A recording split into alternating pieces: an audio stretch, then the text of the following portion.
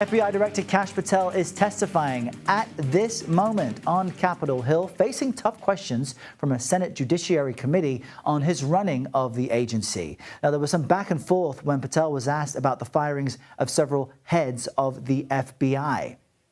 CBS News Justice correspondent Scott MacFarlane has been listening into that hearing. He's pulled away, kind enough to speak to us and let us know what's happening. Scott, good morning to you. So how is Director Patel defending himself under scrutiny from Democrats, especially about the FBI purge and alleged politicization of the FBI? Welcome back to the channel. What you are witnessing right now is a heated Senate Judiciary hearing where FBI Director Kash Patel is facing serious questions over his leadership decisions, internal firings, and allegations of political bias inside the FBI. Lawmakers are directly challenging Patel, questioning whether your decisions to take people who've served our country so admirably and terminate them without any cause. That's a one-sided story. Anyone that has been terminated from the FBI, generally speaking, failed to meet the needs of the FBI and uphold their constitutional duties. And you providing a one-sided story from your perch is absolutely disgraceful, because the men and women of the FBI deserve better. And your attack on the current leadership of the men and women of the FBI is equally disgraceful, because now you're attacking the leaders that are our brave SACs in the field who are doing the job that this country needs. And we will continue to do it. Excuse me, it's disgraceful when Mr. Meyer and Mr. Giardina, who served our country so well, are terminated apparently because of the rants of a broadcaster. That is your opinion. It is not a fact. Regarding his publication of his enemies list, Mr. Patel proclaimed, "The manhunt starts tomorrow," and reposted a video depicting him taking a chainsaw to his political enemies. Is that you, Kash Patel, reposting that at the top of that page? Senator, I had nothing to do with the creation of that meme. Is that you reposting it, was my question. And that's me at the top. You said FBI agents were responsible for the violence on January 6th, and I quote you here, "beyond a reasonable doubt." Is that what you said? That's completely incorrect, and I appreciate the opportunity to address that. I'll give you an opportunity in writing, but this is my time now. Have at it. An Inspector Attorney General investigation found that that was false. And you said we should impeach judges who rule against Donald Trump. Has been applying political standards when hiring or removing FBI personnel. Patel strongly denies all accusations, saying every decision was based on performance and agency requirements. The hearing intensifies as senators accuse Patel of overseeing a controversial purge inside the FBI, claiming agents were dismissed without proper justification. We're going to clean it up. I want to talk to you about the Epstein case. I have worked on this for years, trying to get those records of who flew on Epstein's plane and who helped him build this international human trafficking. Earlier, I urged then Chairman Durbin to subpoena those records, and I ended up being blocked by Senator Durbin and Christopher Wray. They stonewalled on this, and I know that breaking up these trafficking rings is important to President Trump.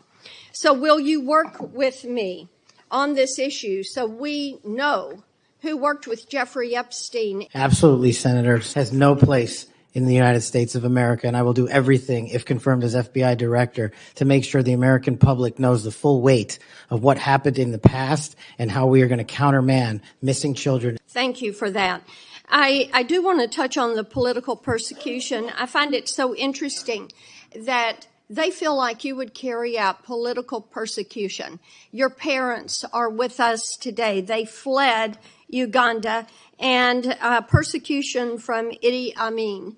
And I think that with your background and given your family's history, that you would never move to political persecution. Is that accurate? Yes, Senator, that is. And we appreciate that you would remove any kind of two tiers of justice from the FBI, because they have practiced that every day for years. Not all FBI agents. There are some good ones, and we certainly want to keep them, but the politics has got to be moved out of the agency. Now, they've tried to frame you as being anti-police. We've discussed that some today. And I know that you grew up working with NYPD officers in your community. And I know that law enforcement groups, including the National Association of Police Organizations, have endorsed your nomination. And on top of that, your brother is a law enforcement officer. Is that accurate? Many of my family are, yes, Senator. How many of your family, sir? Well, I guess the Indians have a different definition of family. We got a really big one, and they're all family.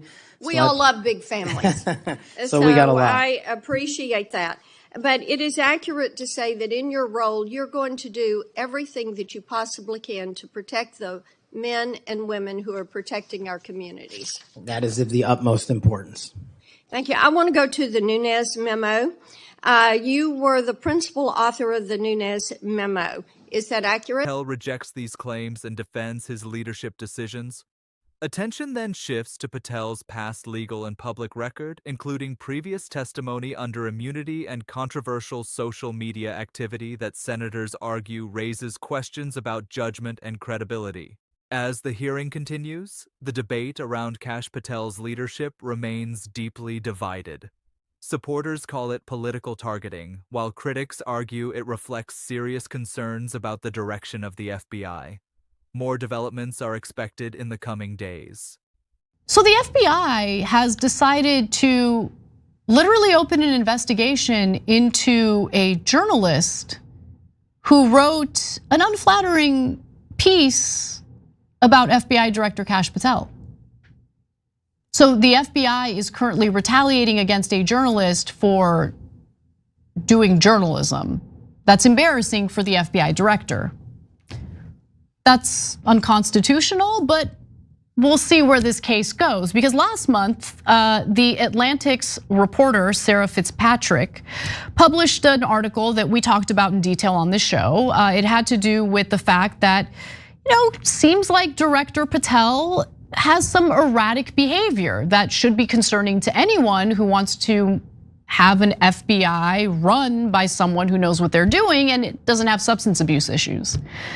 So, several officials apparently told Sarah Fitzpatrick that Patel's drinking has been a recurring source of concern across the government. They said that he is known to drink to the point of obvious intoxication, in many cases at the private club Ned's in Washington, D.C., while in the presence of White House and other administration staff. That literally, I know I said this the first time I covered the story, I have to say it again. That literally sounds like hell.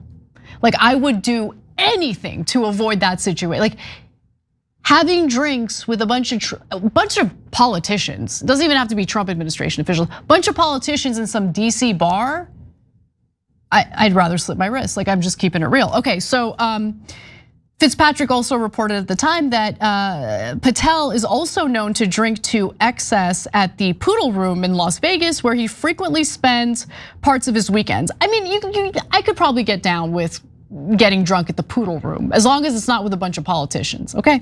But early in his tenure, meetings and briefings had to be rescheduled for later in the day as a result of his alcohol-fueled nights. And that's according to 6 current and former officials and others familiar with Patel's schedule. Okay, so look, needless to say, does not shed a positive light on FBI Director Kash Patel.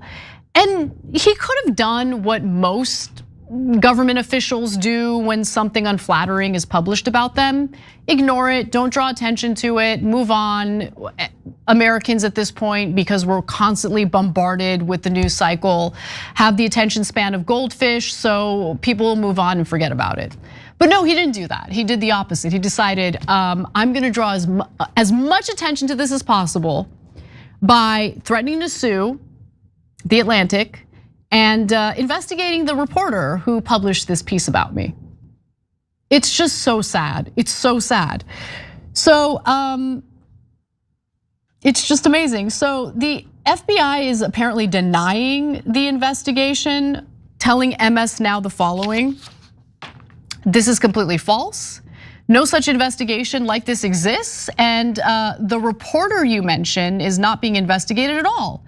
Every time there's a publication of false claims by anonymous sources that gets called out, the media plays the victim via investigations that do not exist.